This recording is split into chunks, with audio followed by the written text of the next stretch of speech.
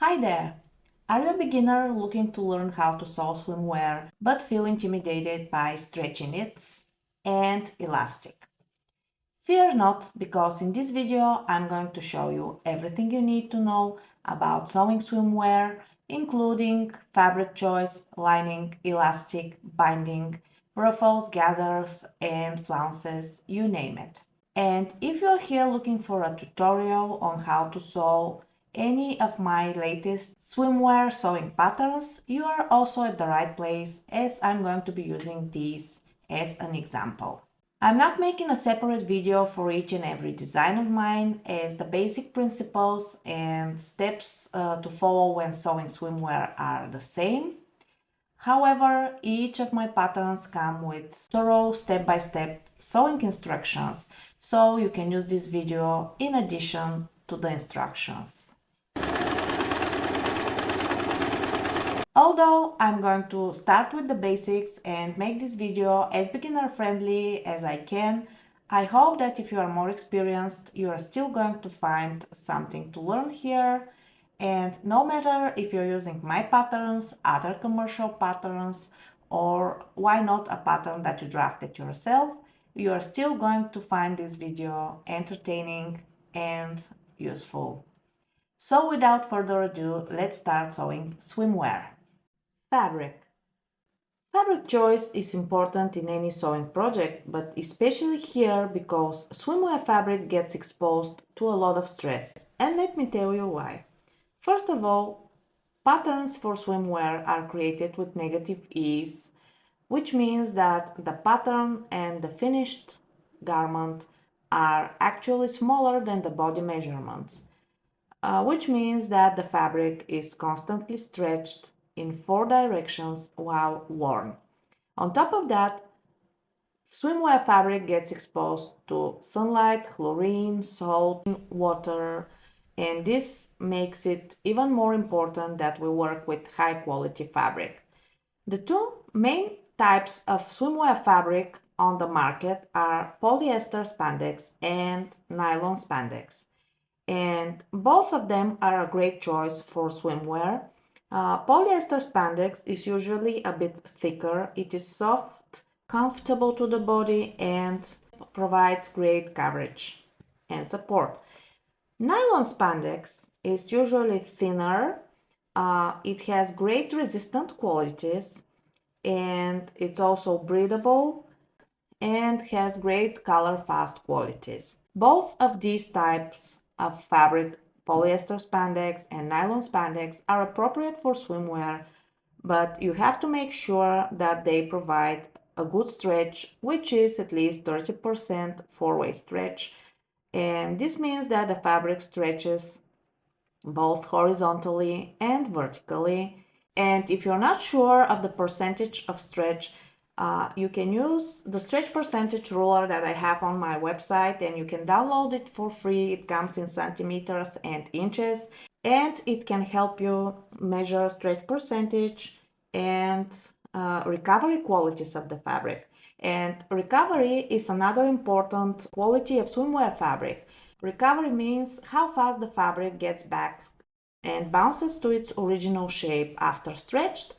And this can tell us how good coverage and support is our swimsuit going to provide later when worn.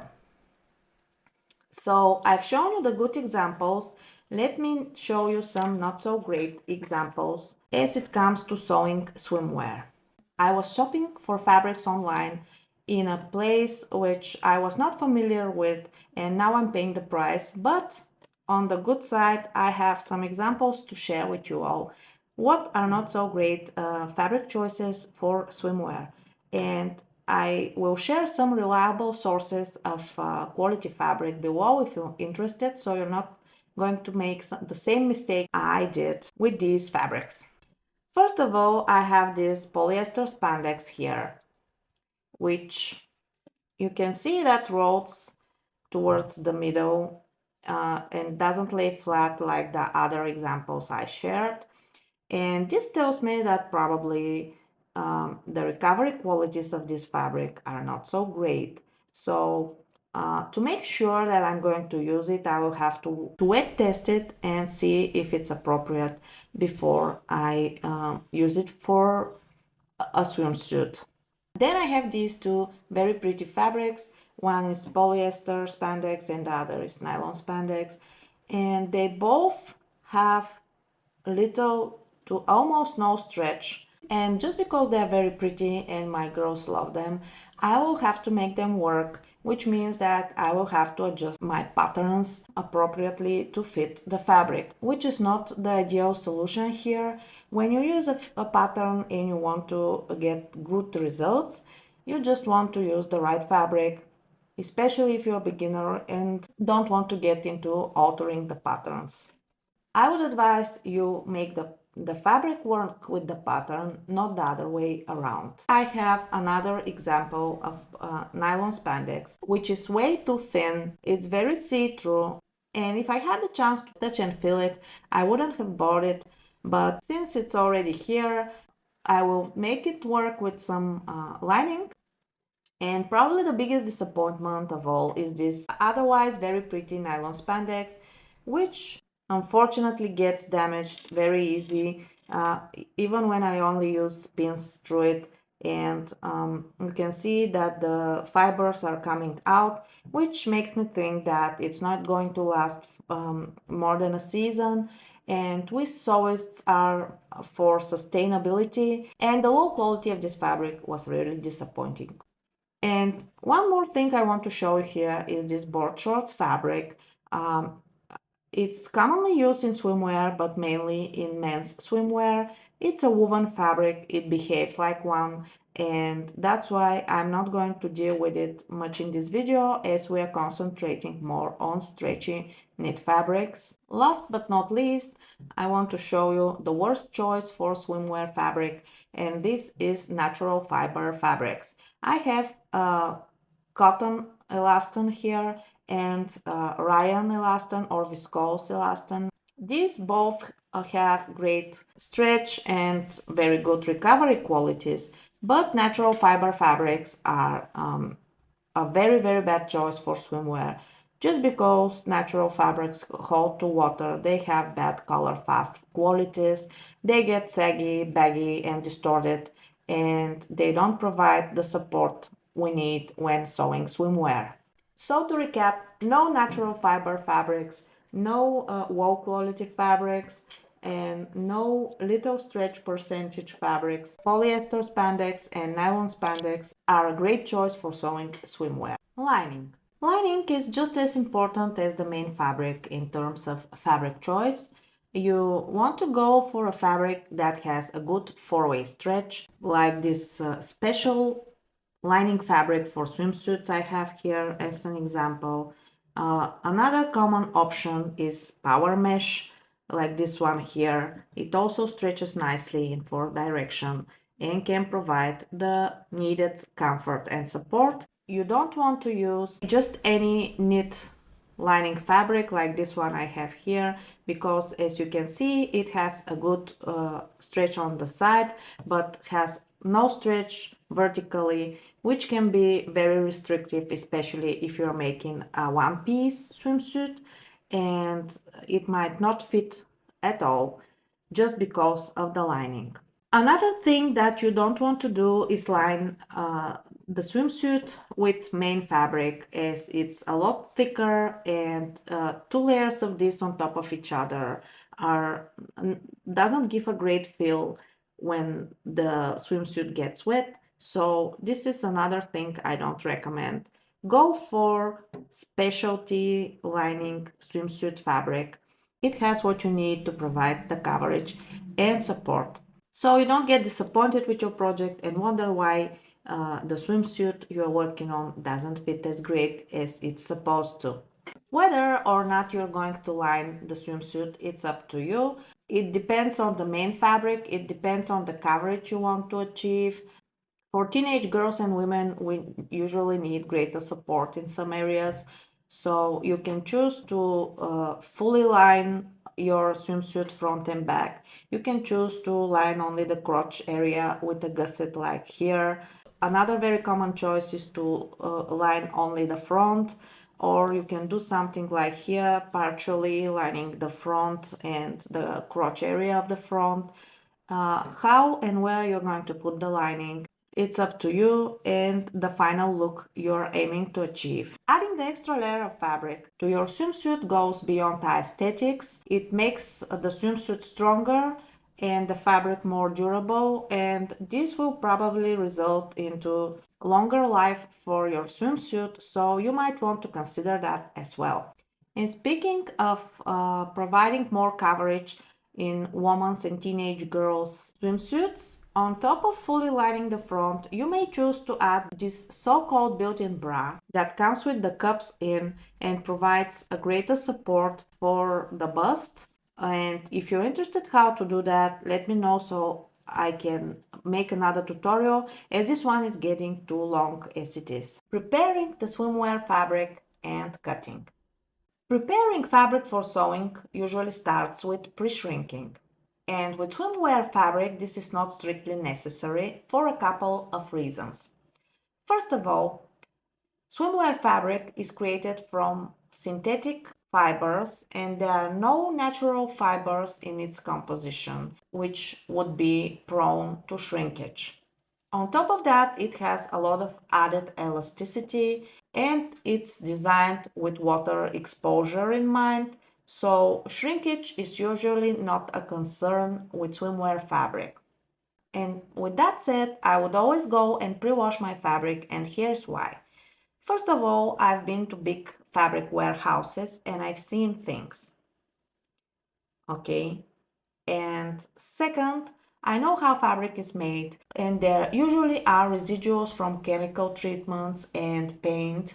And this is the reason why I would always pre-wash fabric before I let it touch my skin. So you get to decide whether or not you're going to pre-wash your fabric, having in mind that shrinkage is not going to be a problem here. What you most certainly need to do though is let your fabric to relax for at least 24 hours after you have it, because fabric was stored folded in a specific shape or on a bolt, and the fibers in it got more or less stretched in unnatural shape, and letting the fabric relax will let the fibers come to their natural shape, so that you don't cut your pieces with distorted fabric and then they come back and you experience troubles with the fit.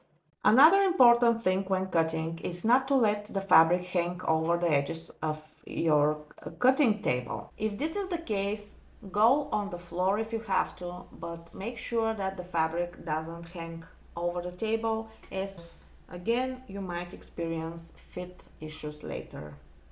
Positioning the pattern pieces over the fabric is usually done on straight grain, and the grain is always marked on the pattern pieces.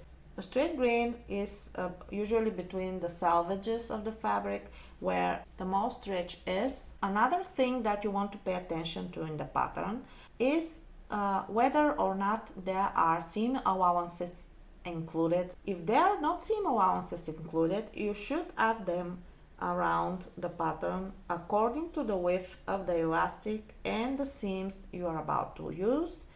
And if there are seam allowances included, consider how wide these seam allowances are and choose the width of the seams and the elastic accordingly. My patterns come with 1 centimeter or 3/8 of an inch seam allowance, which means that I've added additional 3/8 of an inch all around the measurements of the actual finished garment.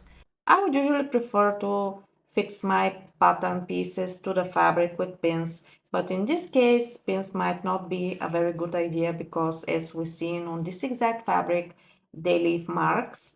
And by the way, this is the case with many swimwear fabrics, so pins here might not be the perfect case.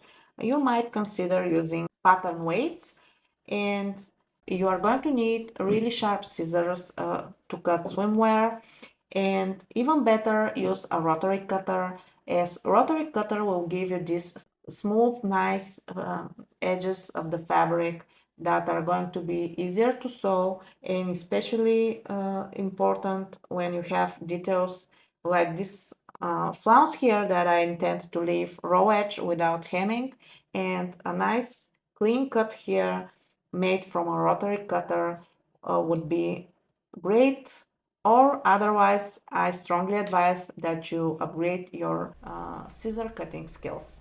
And for patterned fabric like this one here, I would cut my details so that they match the side seams and create beautiful professionally looking swimsuits. I would cut my front here and I would start my back at the same stripe here so that they match at the side seams, and I would do that with the top as well. If I have a pattern that repeats itself in a certain direction like these cherries here, I would always cut my details so that the cherries are in the same direction. But this is just a general sewing advice, which happens to apply to swimwear as well. Sewing machines, seams, needles, and thread for swimwear. Probably the most common question that I get regarding sewing swimwear is, can I sew a whole swimsuit using only my regular sewing machine? And the answer is yes. And I say that confidently because, as you can see, I have this very basic and cheap regular sewing machine here. No fancy stitches, no electronics, and I'm still able to finish a full swimsuit using this machine. What you're going to need to do the job is some kind of stretch seam or narrow zigzag seam for all the joining seams, attaching the elastic and top stitching, and you are also going to need stretch needles, or even better, super stretch needles that can deal with delicate, prone to breaking, super stretchy lycra fabrics. As for the thread, regular all-purpose polyester thread will do the job for all the seams. By the way, I have two articles on my blog, one on sewing thread and one on needles, where you can find more information on these topics if you're interested, and I'll link to these articles below. So for the joining seams, if you are using a regular sewing machine, use a narrow zigzag seam or a stretch seam. And if you happen to have a serger, use the serger. Serger seams, they have more elasticity, plus they provide a more finished and clean look of the seams. So I would suggest, if you have a serger, use the serger for the joining seams. For attaching the elastic, you can use the serger and you can use the zigzag or stretch seam on your regular sewing machine. So for joining seams, sergers, and zigzag seams for elastic, the same. And for top stitching, use the zigzag seam once again. And if you happen to have a cover stitch machine, you can use a cover stitch machine for the bindings and top stitching. And in a minute, I will show you examples on how to set up the seam for best results and how each of these seams look on the finished garments. So here I have some examples. I'm gonna start with some examples of the zigzag seam and how to set it up correctly so that you get the best results. First of all, I have this narrow but long step zigzag seam, and as you can see, it looks more like a straight seam, and that's why it has less elasticity, which makes it inappropriate for the demands of swim fabric, as it's going to break easily under tension. Next, I have a narrow and short step zigzag seam, and it has much more elasticity, and as you can see here, it also looks better on the face side of the garment in comparison to long and wider stitch like this one. Here I have a short and wide seam, and it kind of makes a tunnel of the fabric underneath and doesn't look very nice. And although it's still stretchy, it wouldn't look as good on the face side. That's why I would prefer narrow and short step zigzag seam for a swimsuit project. And it's very elastic. It looks good on the wrong side and on the face side as well. compared to longer or wider settings of the zigzag seam. And then if you are using a serger, you still have to test your seam on some scraps just to see if the threads have the right tension and the right stretch before you start sewing the actual swimsuit. Here is an example of a top stitched with the narrow zigzag seam, and this seam provides the required amount of stretch and also looks pretty on the face side. You can see that I've minded the 1 centimeter or 3/8 of an inch seam allowance, which I might trim later or leave as it is, especially if I'm fully lining this piece. And then I have this example here where I have searched the swimsuit. My seams are durable and stretchy, and they also look good on the face side. For the top stitching, here I have an example of a bottom that is top stitched on a zigzag. A zigzag is used in commercial sewing as well. You can see that it looks very pretty, and there is no reason that you would be bothered if you use only zigzag to sew and top stitch your swimsuit. And here's another example of top stitching made on the cover stitch machine. It's actually binding attached on a cover stitch machine. Here is the cover stitch machine on another example. They both stretch nicely, so which one you're going to pick is up to you. In swimwear, very rarely you're going to have a hemming like on the sleeves here, but if you do, you can still use the cover stitch machine or the zigzag seam for the hems. And if you happen to have raw edges like on this flounce here, I would suggest that you leave the raw edge as it is and don't hem it. An option for hemming here would be a serger, but setting up the serger for one layer of slippery lycra can be a really big challenge. You can still see the tunneling here. You can see that I had breaking seams. If you're not up for a challenge, just leave the raw edges as they are. Steps to follow when sewing a swimsuit. The steps to follow when sewing any swimsuit are pretty much the same. The differences come when you make the choice whether or not you're going to line your piece. And if you don't line the swimsuit, the steps are shoulder seams, side seam, crotch seam. Let me show you on another one piece. Again, shoulder seams, side seams, crotch seam. Even though this one has additional decorative element on the back, the steps are the same. And if you are making a two-piece swimsuit, the steps again are the same. Shoulder seam, side seams on the top, side seams on the bottom, and a seam on the crotch.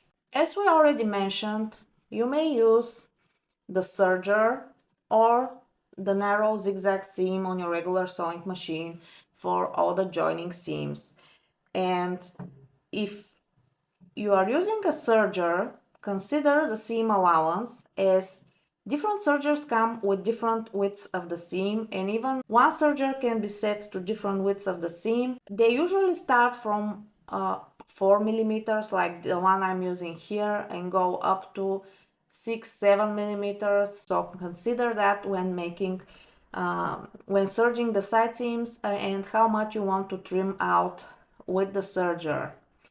And if you're using the regular sewing machine with the zigzag seam, sew with the appropriate seam allowance, which in our case is 1 centimeter or 3/8 of an inch. First of all, the marking on the plate of the machine is going to guide you, so your seams are going to be more straight. And second, stretching knits sometimes tend to roll towards the inside, and if you sew too close to the sides, it can make it harder for you to make consistent seams. With that said, both the zigzag seam and the serger seam are stretchy enough to accommodate for the lycra fabric, and they both look good on the face side. So no matter which one of them you're going to pick for your project, you are good to go. You might choose to trim the seam allowance later. Considering it's not too big, you may or may not do that. It's not going to make such a difference, especially if you're fully lining the suit. So these are the sewing steps when you are not adding lining.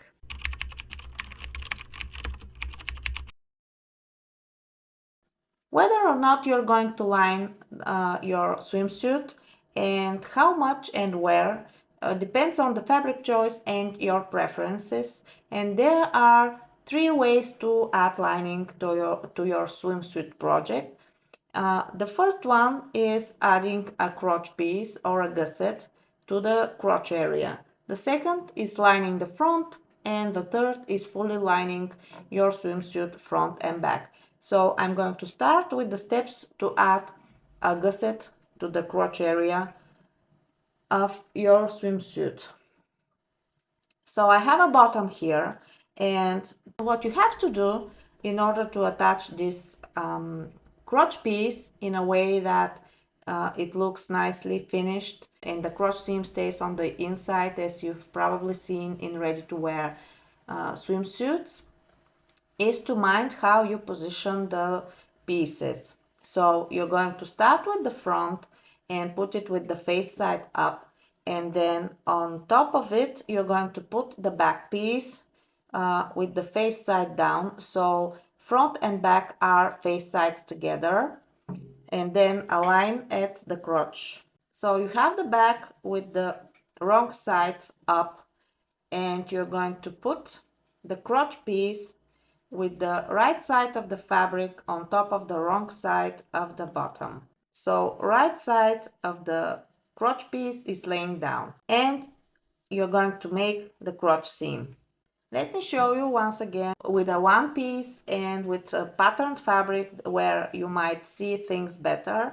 So first you start with the front facing up, then you put the back piece with the face side down, so these two are face sides together, and put the crotch piece with the face side of the fabric down, looking towards the wrong side of the back piece, and again make the seam. Here are my crotch pieces attached, and the next step here is to flip the back piece towards the front. As you can see how the seam stays on the inside, and this is what we were aiming for.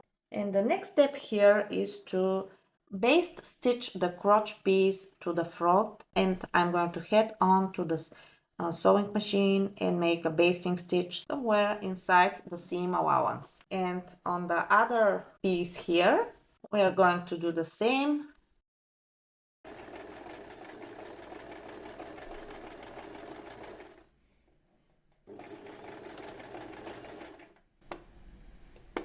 So these two here are already prepared for attaching the elastic.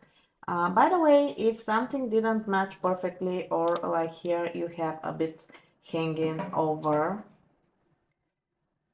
trim it out. The smooth edges would be easier when you try to attach the elastic later.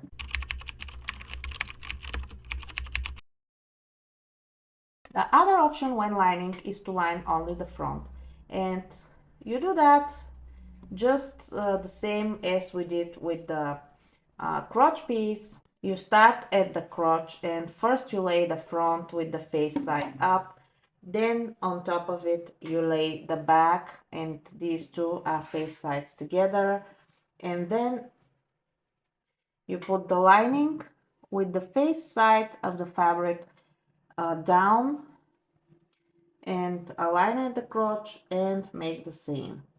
And if you have a two-piece, the steps are pretty much the same as much as the bottom is concerned.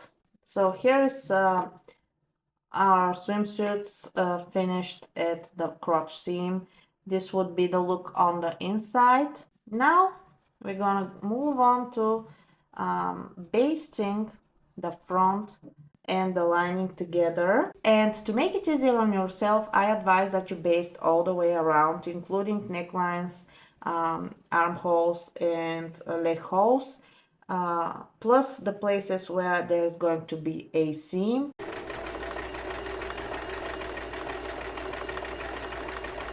At this point we have our fronts and lining basted together. So what's left to do here is continue with the side seams. So here on the bottom, I'm gonna do the side seams, and on the one piece, I'm gonna do side seams and shoulder seams as well. If you're lining the front of top, the steps are pretty much the same. You take the front and the lining, put them both wrong sides together so that the face of the lining fabric would lie towards the body, and go around with a basting stitch. And once you make a basting stitch all around, you take the back piece, put it on top of the front piece, and sew them together at the shoulder and side seams. So here is how the top turned out with the side seams and shoulder seam done. You see that the seam stayed on the inside, which in my opinion is pretty cool. And as with all the other suits up to this point, we are going to baste lining and main fabric of the front together. And if you're wondering what's with the basting and why we have to do it on every single row edge when we attach lining, the purpose of this is once we finish lining the suit, we will have to start attaching the elastic. And attaching the elastic would be much easier if these two layers of fabric stay together, compared to if you have to adjust them as you go. If you are more advanced, you may skip all this basting if you are a beginner, or if you simply want to make your life easier, baste around all of the raw edges.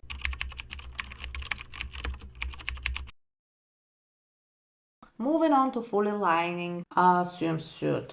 Here are my examples, front and back, and we have a full lining here, both for the back and the front, sewn just exactly how the main fabric pieces are sewn. Shoulder seams and side seams, right sides of the fabric in, the seams are on the wrong sides of the fabric, and that applies to the bottoms as well. Crotch seam and side seams, and absolutely the same done with the main fabric. So to attach the lining to the main fabric, we flip the main fabric details right sides out, and then we keep the lining pieces right sides in with the seams outside and the wrong side of the fabric outside as well. And then we put the lining into the main fabric and align at the seams. I start with the shoulder seams. Try to put the seam on the lining and the seam on the main fabric in opposite directions so it doesn't create bulk, and then fix at the seams like this with pins or clips, and then do the same on the other shoulder seam and then on the side seams, so that these two are pinned together. And once you do that all around, head on to the sewing machine and once again baste around all the openings here. You have to do the same with the bottoms. So the main fabric right sides out, the lining fabric wrong sides out. Put the lining inside the main fabric piece, make a basting seam all around the leg holes and on the waist here as well.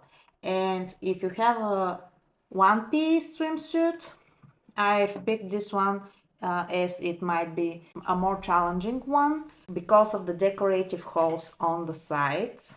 I keep the lining of the swimsuit with the seams out and I put it into the main fabric swimsuit, and once again I start pinning so that the swimsuit matches everywhere, including these decorative holes on the sides, which I'm also going to baste. At this point, I've lined all my pieces and pasted the lining to the main fabric. I've basted the crotch pieces here with a zigzag seam. I've used the zigzag again for this front lining, where I basted the front of the leg holes and the front of the waist, and it looks like this on the inside. And on this one piece with a front lining, I've basted the front of the neckline, the front of the armholes, and the front of the leg holes, so everything stays in place and it's easier for me later when I start attaching the elastic, and those two layers of fabric are not going to move around, they're going to stay basted together, so I will have to worry only about the application of the elastic. And on this fully lined piece here, I've used the same strategy. I went all around the leg holes, the armholes, the neckline, and these decorative holes on the sides. By the way, there is another way of basting. You may choose to use a straight stitch to make your bastings, and if you do that, once you've attached the elastic over this seam, you will have to go and pop it up so that it breaks and doesn't restrict the fabric later. But if you use a zigzag seam like I just showed you, or if you use the serger to clean the edges and join together lining and main fabric, those two, as we already know, have enough elasticity, so you won't have to worry about removing those seams later.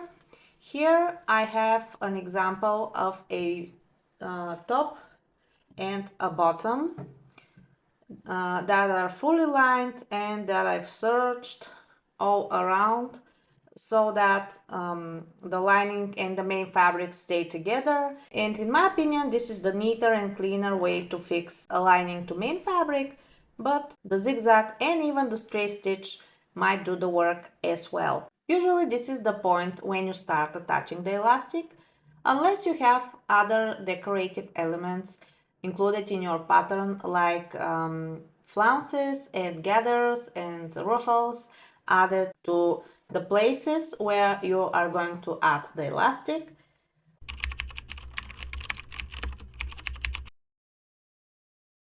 In this example here, I have to add a flounce to the neckline. As you probably know, the difference between flounces and gathers is in the way they are cut and the way they are attached to the garment.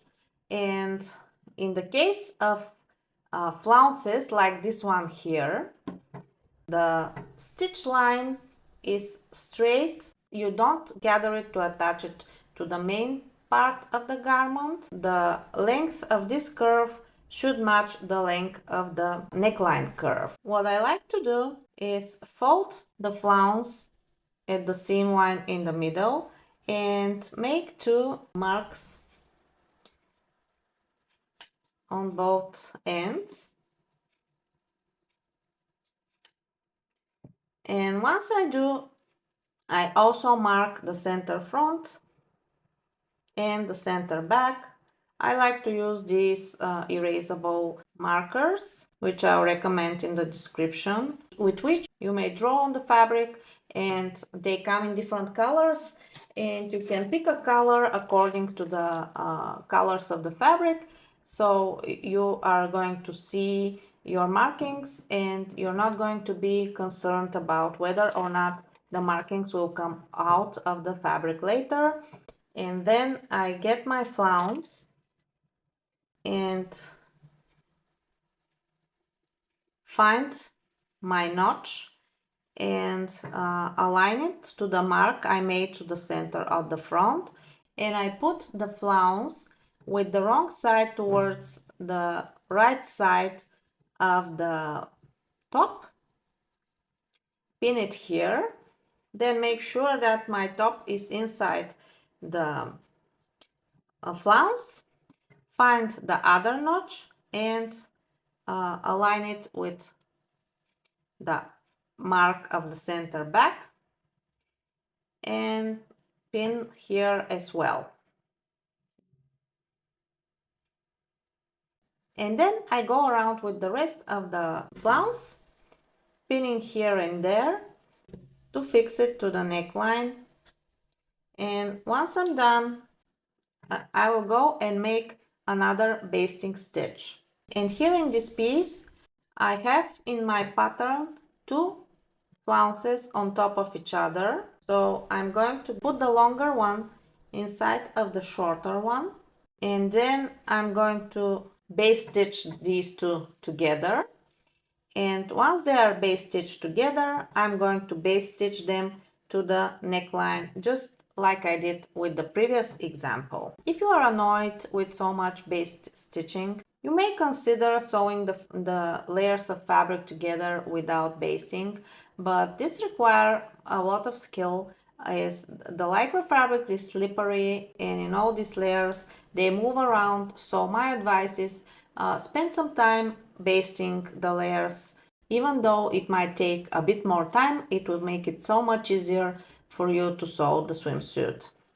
Very often you're going to see gathers in swimwear because undoubtedly it adds a lot of cuteness, especially in kids swimwear, but why not for adults as well. So if you have a pattern that asks for gathering, you should gather the detail usually on the line where it's supposed to be attached to the main piece of the swimsuit, as gathers are usually decorative. And there are different ways to gather fabric, and I'm not going to pay much attention to this right now as the video has another purpose. I make a long step straight stitch and I lock it in the beginning and I leave the threads free at the end without locking, and then I take the top thread and push and pull until I create the amount of gathering that I want to. I take the other piece of the thread here, the bottom thread, and I make a knot so the end is fixed and it doesn't move around once I'm happy with the length and the gathering I've achieved. And then I have another example here. This is a piece that I've added to the top of the leg hole, and the pattern also asks for it to be gathered at the stitch line. Sometimes the pattern will ask you to make ruffles like this, which are gathered exactly in the middle of a straight piece, like here. And this type of ruffle is attached with a seam over the gathering seam here in the middle and where the pattern asks you to. And this, of course, is if the gathers are decorative. Sometimes the gathers are included in the main piece, and in this case you have to sew the gathering as a part of the construction of the front, and you will do so as the pattern asks you to. And once you do and you have your front or back fully constructed, then and only then you will add the lining. If you have a pattern with such a gathering with decorative purposes, you usually have notches that mark the beginning and the end of this ruffle. So you're going to position the beginning at the first notch and then at the back notch, and you are going to put the ruffle with the face side toward the face side of the bottom, and you're gonna pin it nicely so it's easier for you to sew. And once you do, you're gonna make another basting stitch. So once we've attached flounces and gathers, if there are any included in the pattern you are working on, we are moving on to adding the elastic.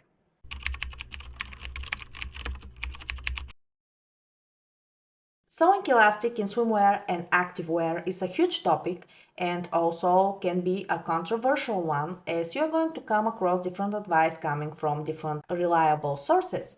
And that's why I'm making a separate video where I want to explain step by step how I like to attach the elastic and how much I like to gather and why. And I'm also going to show you how to sew elastic in swimwear using only your regular sewing machine, and then how to sew it using serger. And I'm also going to show you two techniques, one more beginner friendly and one a little bit more advanced. And I'm also making separate videos on how to sew zippers in stretchy lycra fabrics and how to sew bindings in activewear and swimwear. And I'm making separate videos for each of these techniques. First, because I want to go step by step over the process and explain everything I know and some little tips and tricks here and there. And second, I don't want to scare you with long and boring videos. I want you to actually stick around and try for yourself and see that sewing swimwear can be a lot of fun and doesn't have to be stressful and hard. For the different sewing techniques, I'm making different separate videos that I'm linking below. I hope you found this video useful. I hope you found the confidence in yourself to try if you haven't already, or if you have, to achieve better results in your swimwear sewing. Thank you so much for sticking around, and I'll see you in the next one. Bye!